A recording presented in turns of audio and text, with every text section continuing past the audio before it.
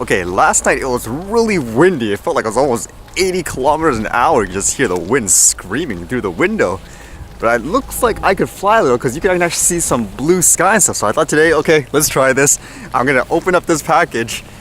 This is basically those new sets of filters that the Polar Pro sent me. So I thought, okay, why not? Let's do an outdoor unboxing. I think everyone always does it inside, so might as well do it outside and test it a little bit. I don't think I will get to use the higher ones because it's way too dark in terms of the sky anyways.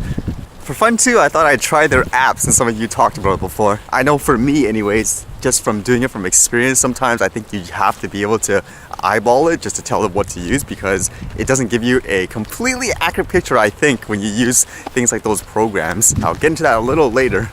As to which set of filters this is, it's this one here, the DJI Mavic Filter Professional 6-pack. So it comes with a CP filter, ND8 1632, and an ND8 and 16PL, so it's the polarizing filter.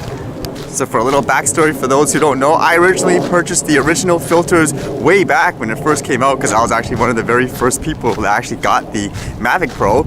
And the original ones, they actually couldn't fit on the Mavic Pro when you start up. So that was always an issue. Now I do have the Cinema series, which is the higher end ones. Those ones you can actually fit in. But I still had the original ones, and often in the original set I use things like the regular circular polarizing filter. But unfortunately, for whatever reason, I've had it for over a year that the filter lens basically came off. But the great thing was I contacted them and it seems like they 100% stand by their product. And they're just like, okay, we'll send you another one. And they didn't just send me that one that broke, they apparently sent me a whole brand new set. And apparently these ones, you can start up the Mavic Pro without it actually interfering. So I was like, okay, fantastic. So that's what we're gonna find out. Basically see what the new ones are like and basically just do like a little test. I'd like to think after over a year of flying, trying to fly it almost every single day, I've gotten a little better, so maybe I can share some tips and stuff with people too.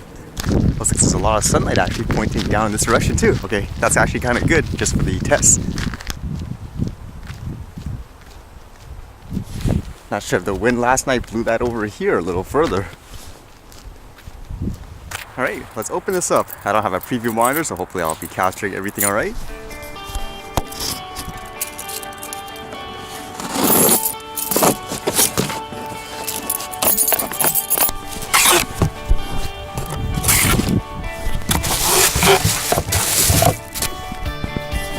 There it is.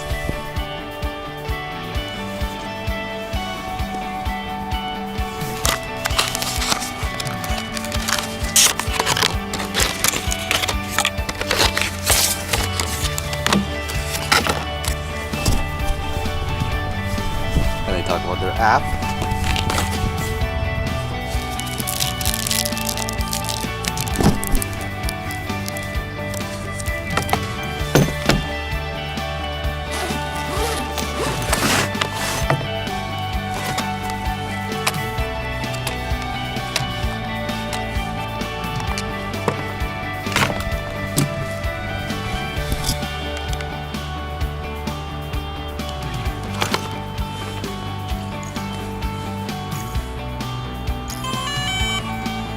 So normally the purpose of the filters, of course, is to try to bring the exposure down to a level where you can actually see the picture if you want a consistent cinematic shot, kind of like the stuff that you see professionally in, say, movies or TV.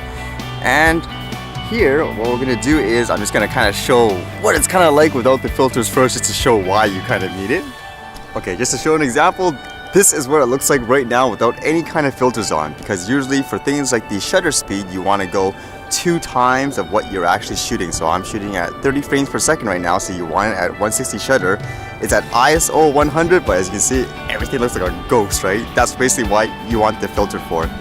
So I thought as a test, just for fun first, we will try their app to see what they say. Okay, so let me do this first, because usually they say for their app, you should essentially try to manually adjust the modes and then it'll tell you what filter to use. For me, I'll put it on automatic mode and then determine what it says it should go to. But right now it says the ISO is at 100, the shutter speed's at 1/500, and it's at about -3. So 100, 1/500, let's see what the app says for that.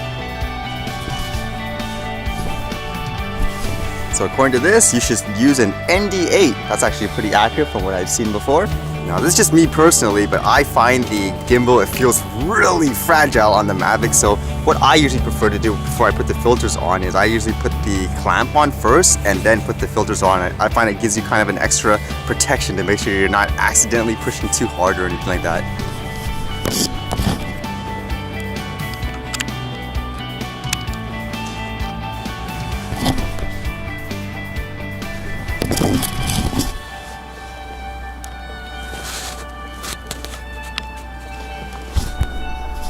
Okay, that actually went on really well. I know the older ones, because they said some of the Mavics, they're built a little different with the gimbal, so not all of the filters fit perfectly. That one's actually really easy to put in.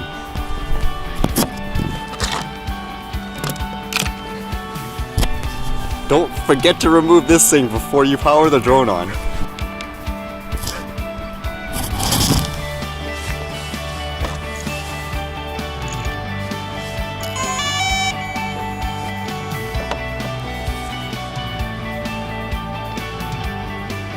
And it says it's plus 0.07, so that means it's a little too bright. I think that looks okay. Might have to put it on sunny when we go up, but just an example, just to show again with the apps. It's useful, I guess, to start off to see what you kind of like, but you can see right now it says kind of plus 07. Watch when I fly it up in the air, for example.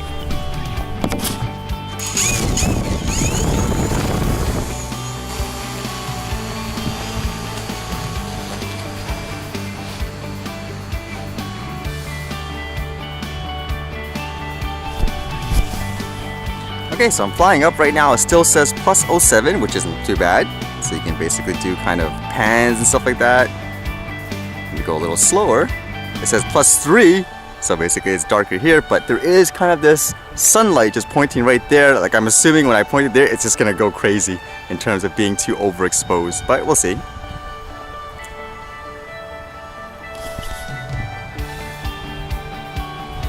Yeah, right now it's like plus 1, plus 1.3. So here we should have probably used something like an ND16. But this kind of gives you an example again how it's a good start, I think, to use apps like that, but eventually you kind of want to practice a bit and understand what kind of filter you need on the spot. Now I'm going to go in the mountain areas here. As you can see, it's pretty okay. I mean, it says plus 3, like here's actually a pretty ideal situation for the filters anyways in terms of the look. So that is actually pretty accurate in itself. Right now it actually says 0. This is perfect, it says, in terms of the lighting. So yeah, the app is really good for beginners. I actually never used the apps when I started. It would have been nice actually to have something like that. Now the other thing that I find that's a little tricky in terms of determining things like the light is, it looks okay right now for stuff like this, correct? But what happens if we're shooting on the ground, like the camera's facing downwards? Does that kind of change everything? That's what I find at times. So let's try to look downwards here. Right now it says it's minus 1.7. So technically it's too dark when we look downwards like this. Now it says it's minus 2.0. Let's fly this a bit here. So you can see there's different factors. When I looked forward, it seemed like it was perfect for the filters. When I looked at the sun, it looked too bright. But now when I point in the ground, it says it's too dark. So that's something you have to always factor in. That's why, again, for stuff like this, it's kind of good to know exactly what type of stuff you need. This is when I usually use either no filters, like on the ground, or I use things like that CP filter as an example. And you might say the minus 2 or whatever, it doesn't look too bad, but when you start blowing up the picture, I noticed again with things like the Mavic Pro, it actually looks really grainy. So you want to try to keep things as best as possible in terms of the settings. Just an example for shooting in the ground, since I said it was too dark, let me take this one out and let's put the regular circular polarizing filter as an example.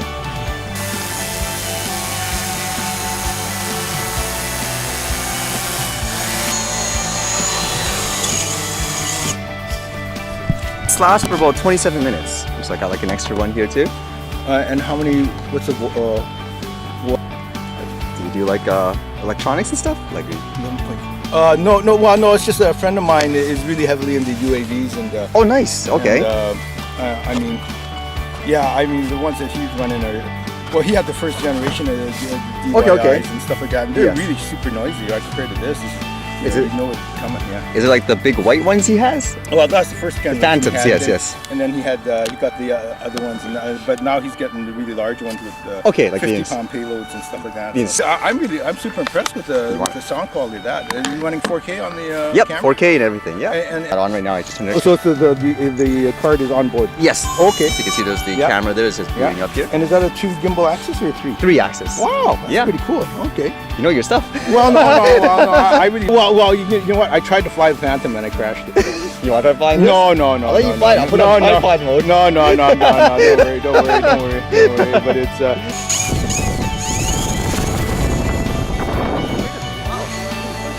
it is. That's quiet. Okay, so here it is. So how stable is that unit? If you can turn it like Everything is all the way. That's pretty good. Yeah. And around.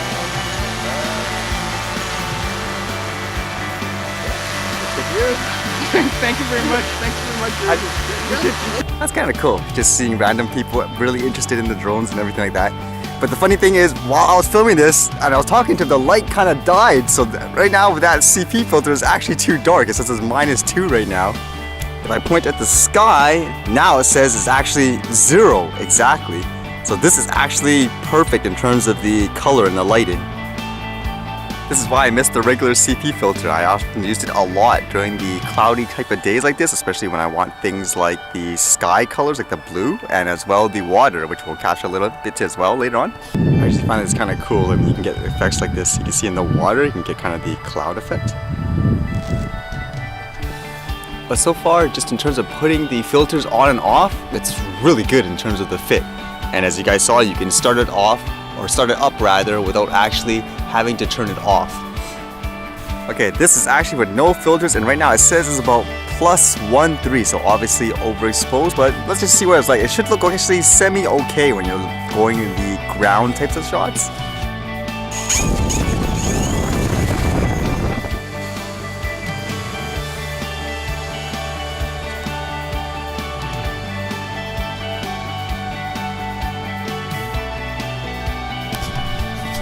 Now let's see what the water looks like without that filter.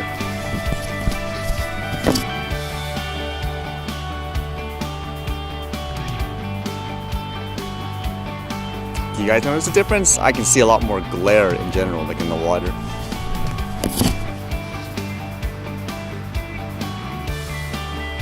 And just as an interesting contrast, this is me trying to shoot the mountains without the polarizing filter right now. And this is actually with no filters at all. You can kind of see, obviously it's a little bit more natural to look, but sometimes I guess it really depends on what kind of effect you're going for. Because I usually like that deeper look usually when it comes to things like the sky and the water.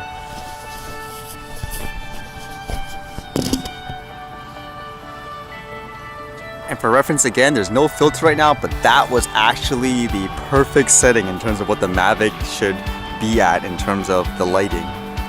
Uh-oh, I actually feel rain coming down. Time to wrap this up, I guess. You can see it on the table too, the water's coming down. Gotta pack this up, hurry, hurry.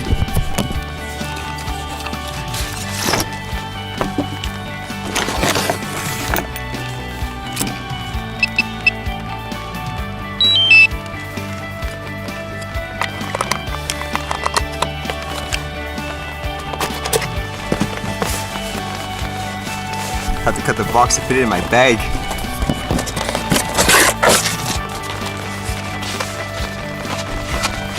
Okay, might as well finish my thermal walk and stuff too.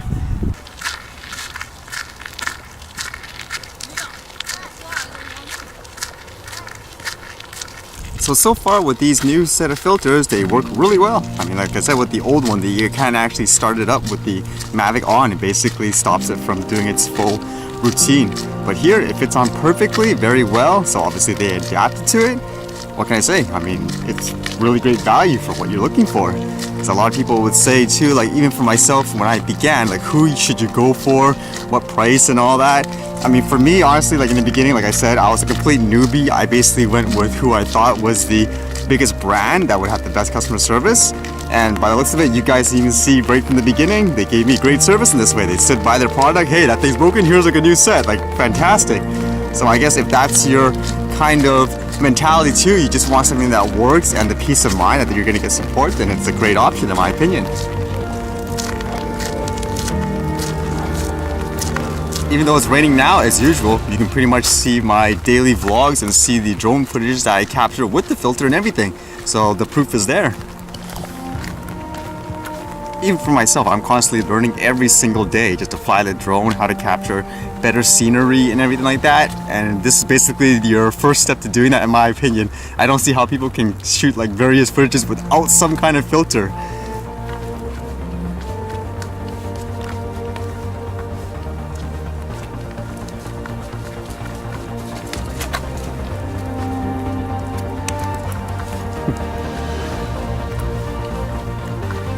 Not sure what type of animal that was at first.